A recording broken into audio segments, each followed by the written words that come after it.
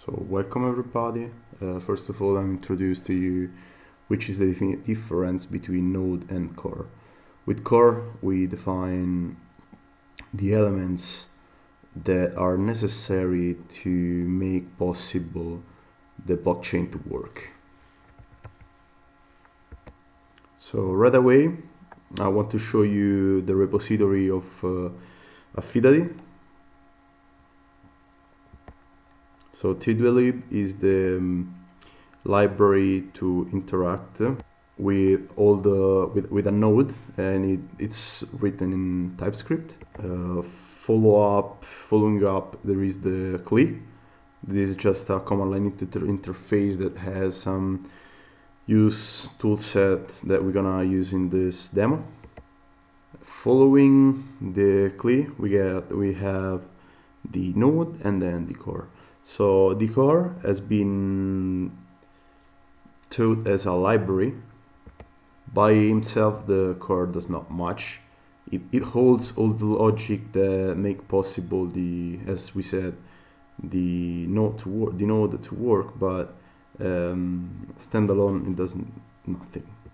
So by looking inside the core, we can see as we have all the logic that make possible the communication between nodes. Between nodes. We have the peer-to-peer module. That's the module that we're gonna use today for the communication between the nodes, and we're gonna see some logs of it. We have the was machine module. We have the crypto module that it's used for the cryptography that we use in the communication, the generation of key pairs, and the handling of key pairs to sign and verify messages. We have the DB that holds all the blockchain information of the node and the blockchain. The blockchain module instead holds the dispatcher, the queues, the unconfirmed, the confirmed queues, the executed transaction, and so on. Let's see now the node that it's the operator in the scenario. We have app that start all the services that we define in the core.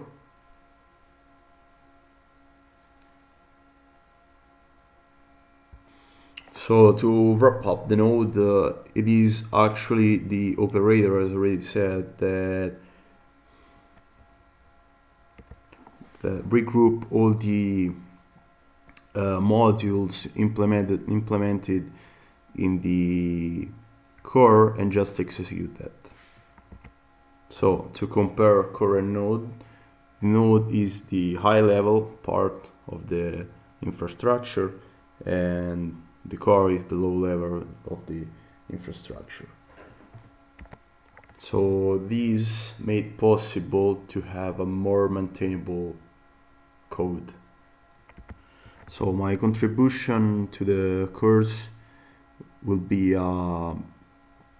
introduction to the node and the functionality, the basic functionality of it.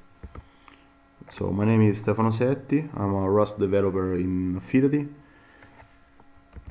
And let's start with the lesson.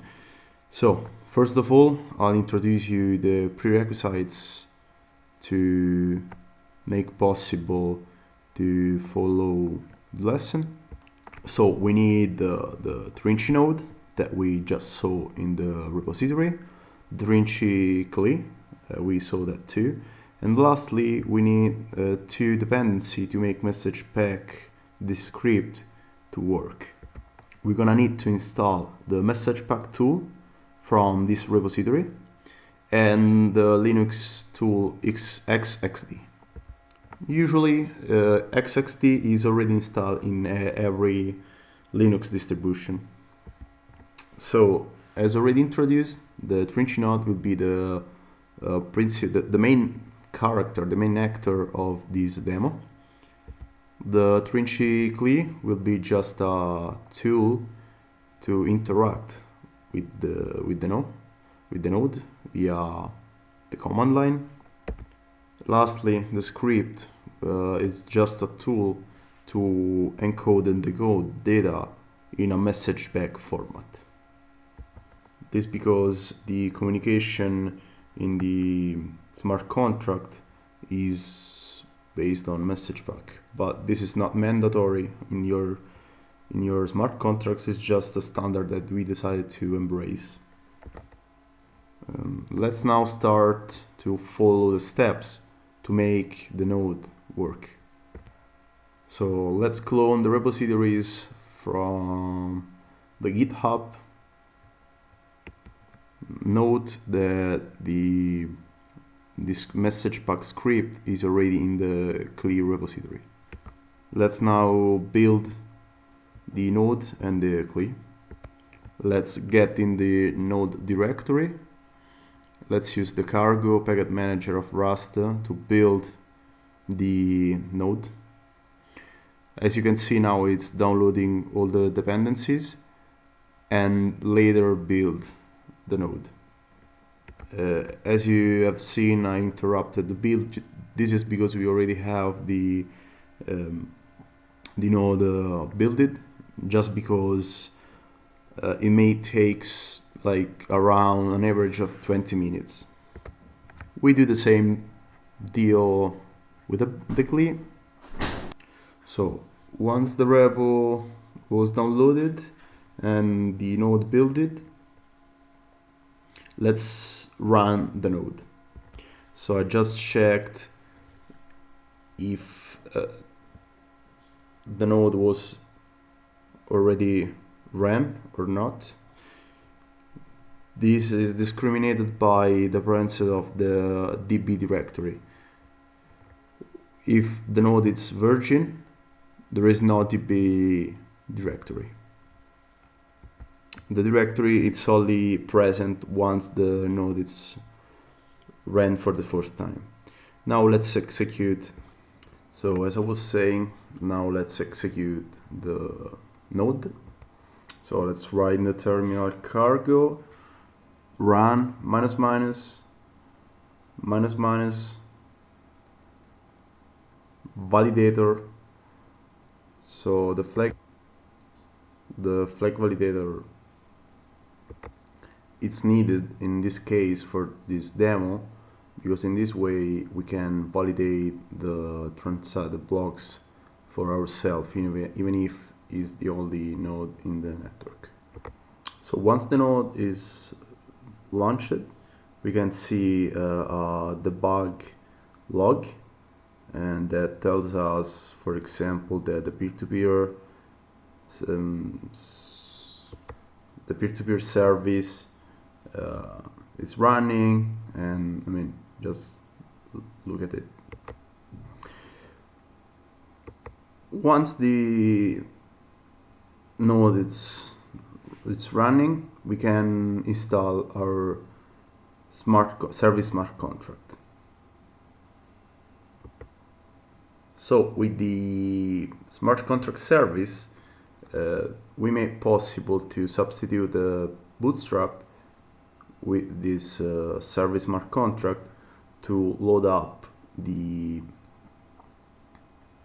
new smart contracts, not from the file system, but instead from the blockchain storage. So now in the other terminal, let's go in the CLI directory.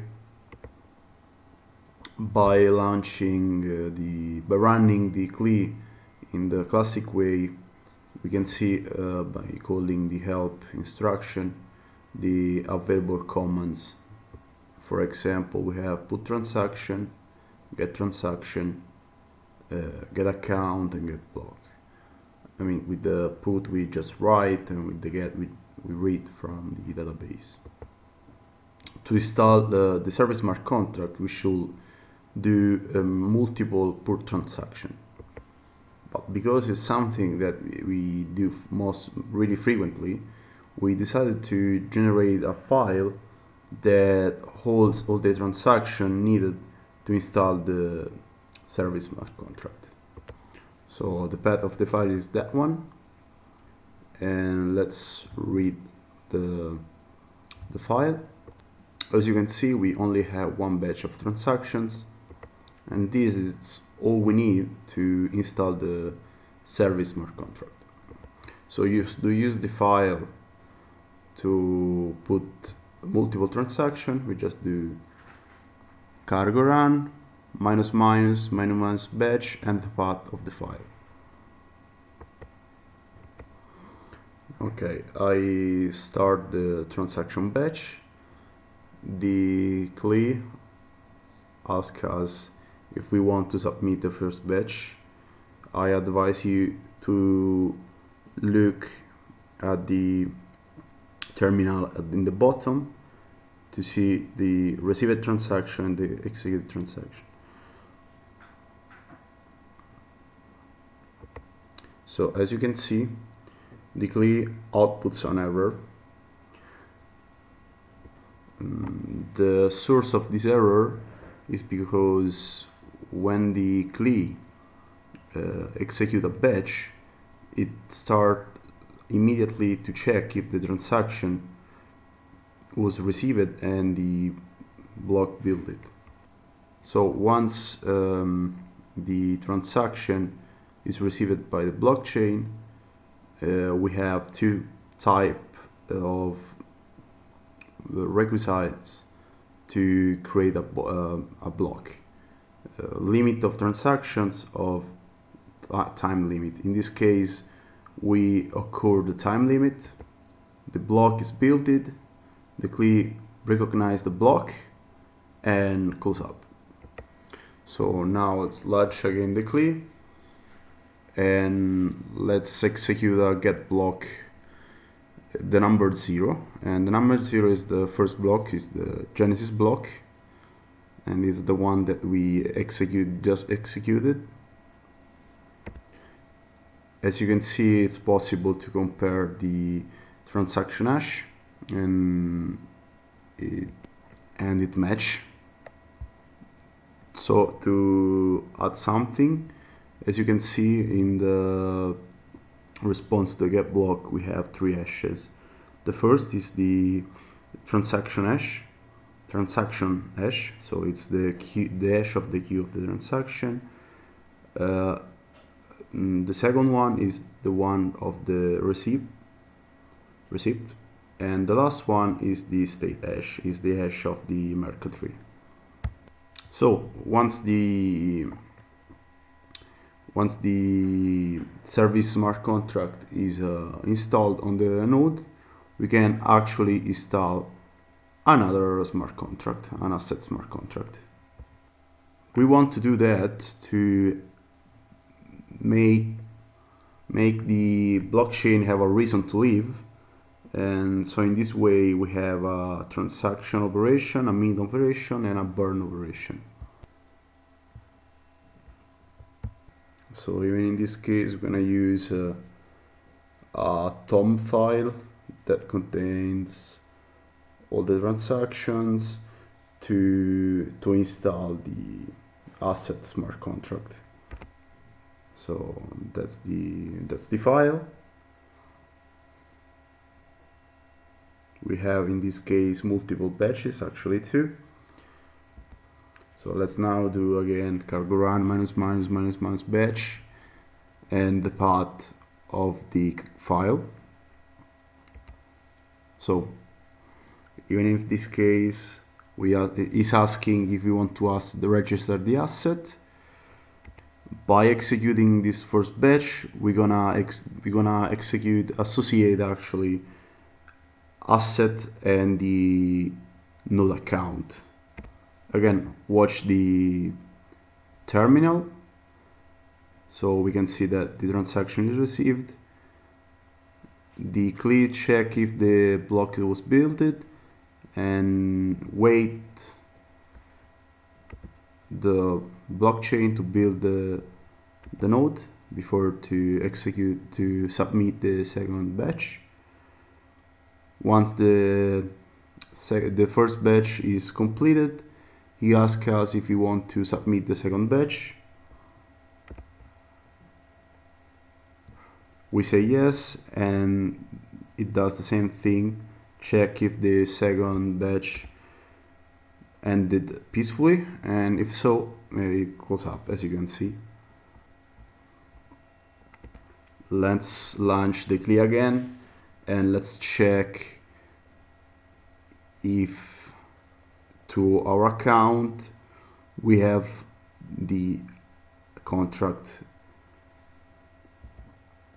As you can see, by doing get account with the account reported at the beginning of the CLI, we see that we have actually a contract, and so we successfully installed the asset smart contract. So now with the asset smart contract, we have the possibility to do three things, as already said: transaction, mint, and burn.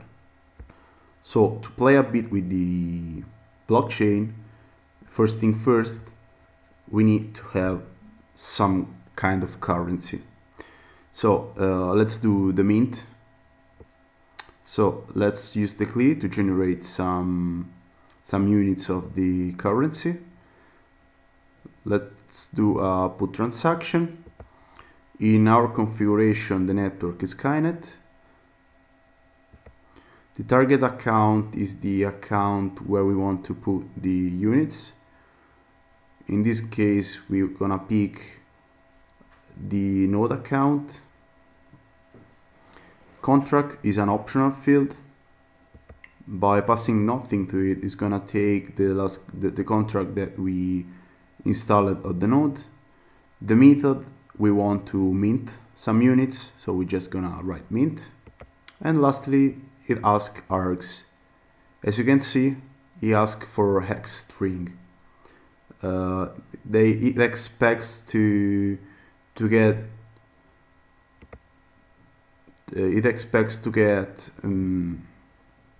message pack format arguments.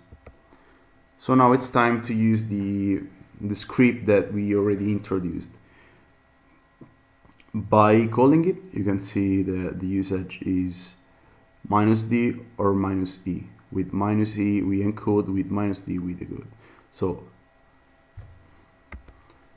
let's write -e. We want to encode. The string that expect is a JSON structure. To whom we want to give the units. In this case, it's the node account.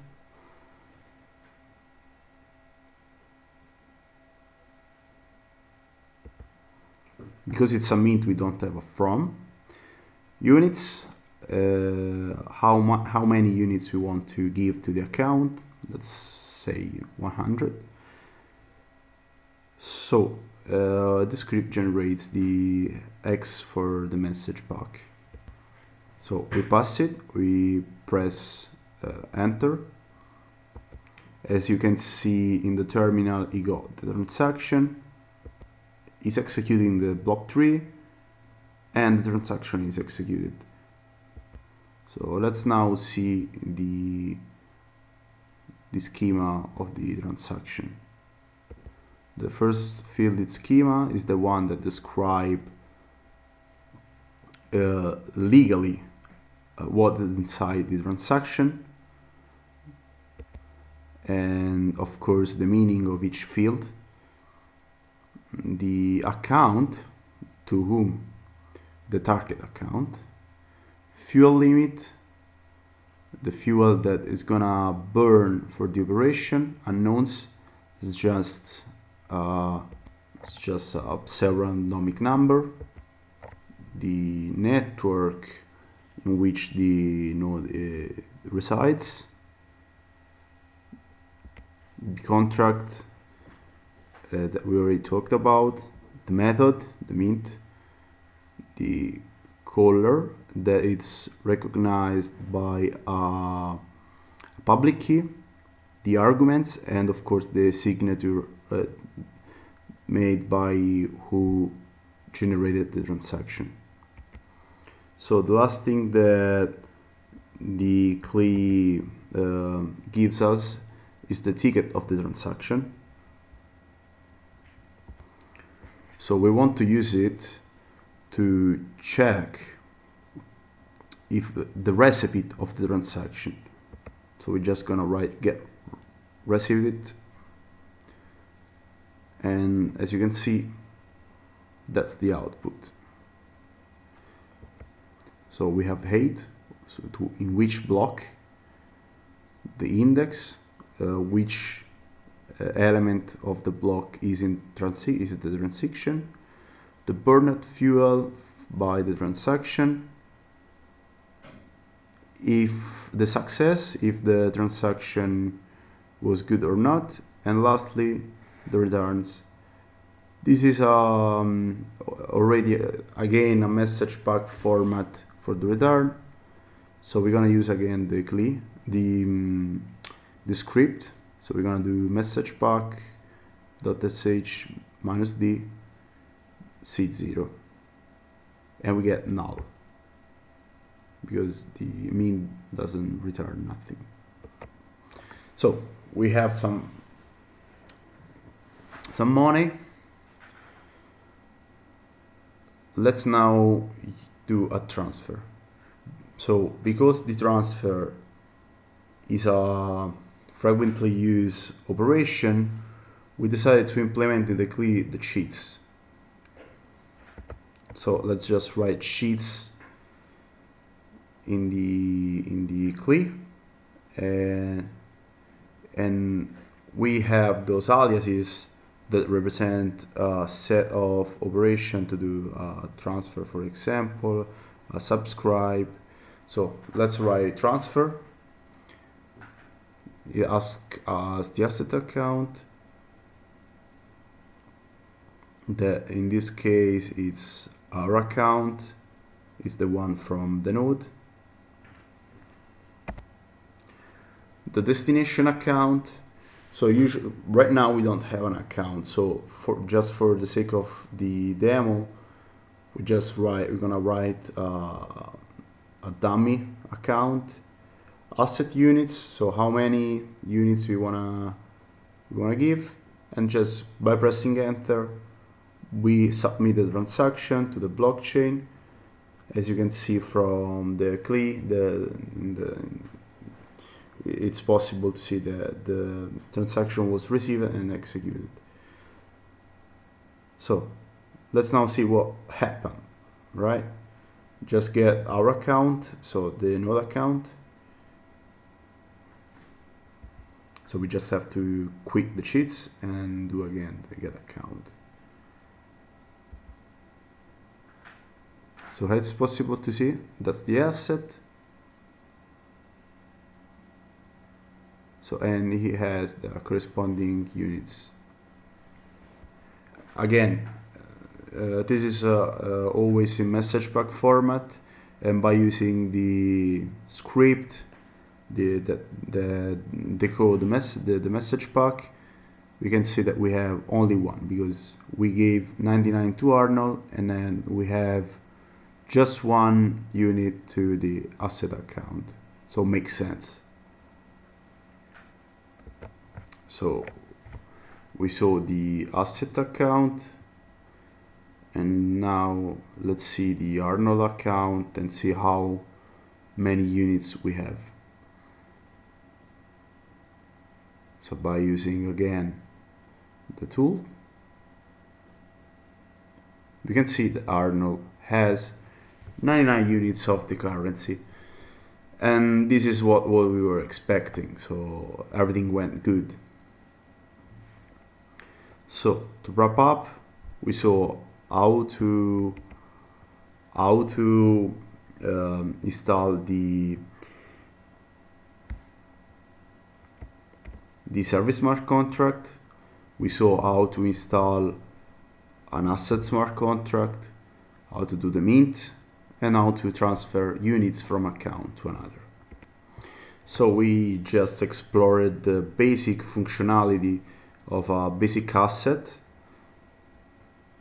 and now I want you to know. So in the future, what we expect to do, to implement, is that we're not gonna have a key that do the installation of the service smart contract, but when the node boots, it's gonna automatically install the bootstrap, the service account via the bootstrap by itself. And the service account is gonna be responsible to immutable setting of a blockchain, the logic behind validators management, publishing other smart contract, and the gas management. Lastly, one really important thing is that in the future, the hash of the bootstrap is going to be the network ID.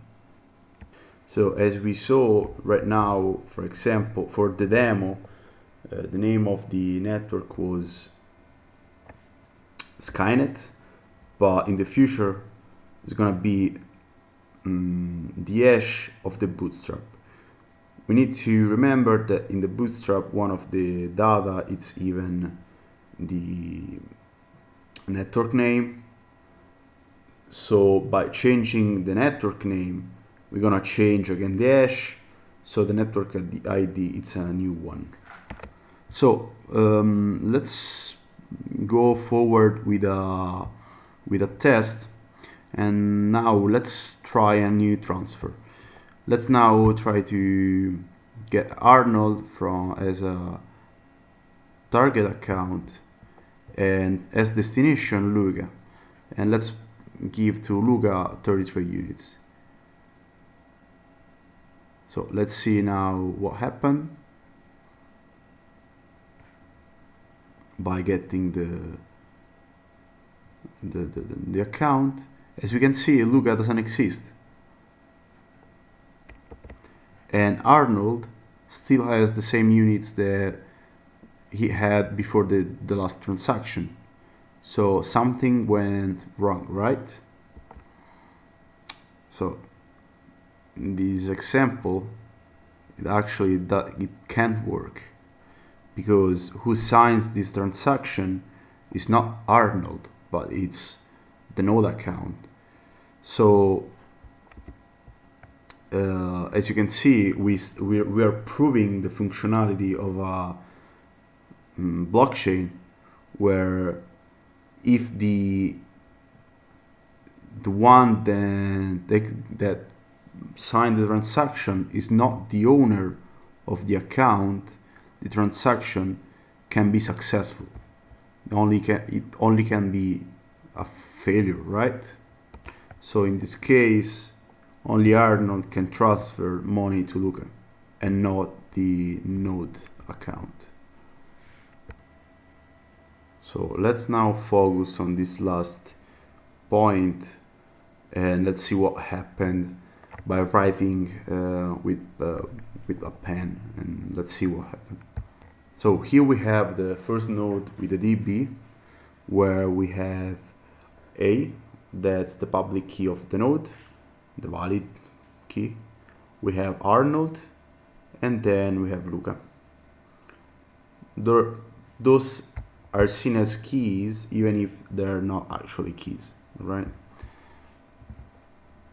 So the first round, it was generated a mint transaction signed by A, where it's asked to generate to A, where A is the account ID, the method mint, and where args are 100 units to A.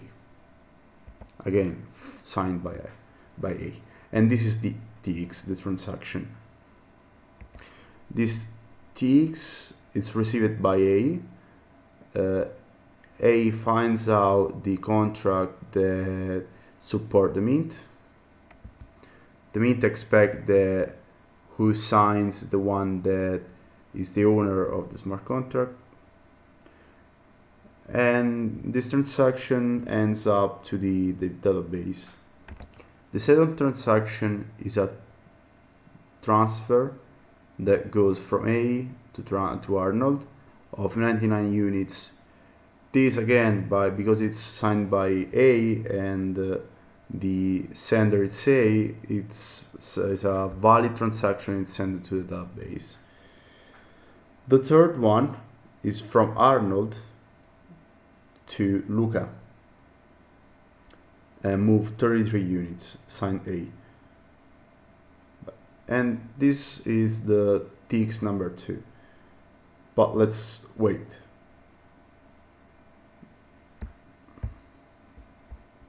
Let's suppose now that the node goes online. The node goes online, it sees other nodes. Those nodes send to him that like a handshake to say that they're alive and they have a specific peer ID and so on and so forth. Because of that, our node start to send his transaction to the other nodes. So our node sent the first transaction and the other node received the first transaction, executed its first transaction, and they have the same outcome for the first transaction, the second transaction, the third transaction.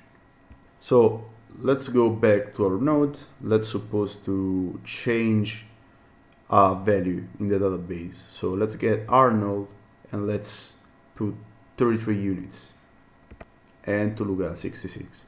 Let's save. Which transaction we produced? The third one. But by changing this, we change the hash of the database. So when external node receive a new transaction,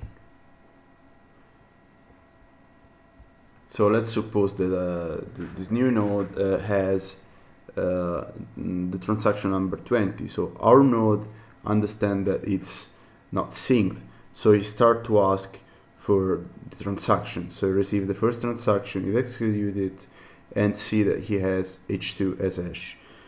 Remember, we changed the database. So when he received the next transaction, he recognized that the hash is not equal to the one expected by the outcome of the last transaction. So because the node doesn't recognize the effect, doesn't recognize the hash, he rolls back until he finds out the hash that he expects. So for example here, falls back until he reached the point where he had the mint of 100, that it's equal for everyone, and from that one ask the transaction to the other nodes. So a sneak peek to the next releases. So we wanna do the anchoring. So let's imagine a chain of notarization that we're gonna call Nodax independent chain, where we have private blockchains where each blockchain has its own network. Each network has its own configuration parameters and so on and so forth. So now when a chain reach a predetermined block, the validator get the hash of this K block, in this case 10, do the hash and send it to the Nodax independent chain. In this way we have a anchor that it's going to ensure that the last blocks are represented by the hash. So when we reach the second notarization, the previous snapshot is going to throw out, because we have the Nodex that is a guarantor of the previous group of blocks. Again, this is not mandatory; it's just an optional feature that we're gonna offer. And again, it's not a centralized solution, but still is an independent chain, is a distributed solution. In this way, we have each network gonna hold less and less snapshots, so it lightens each network for the fallbacks, because we have the previous history that is notarized, and everyone agrees on those blocks. So it's a certainty, right?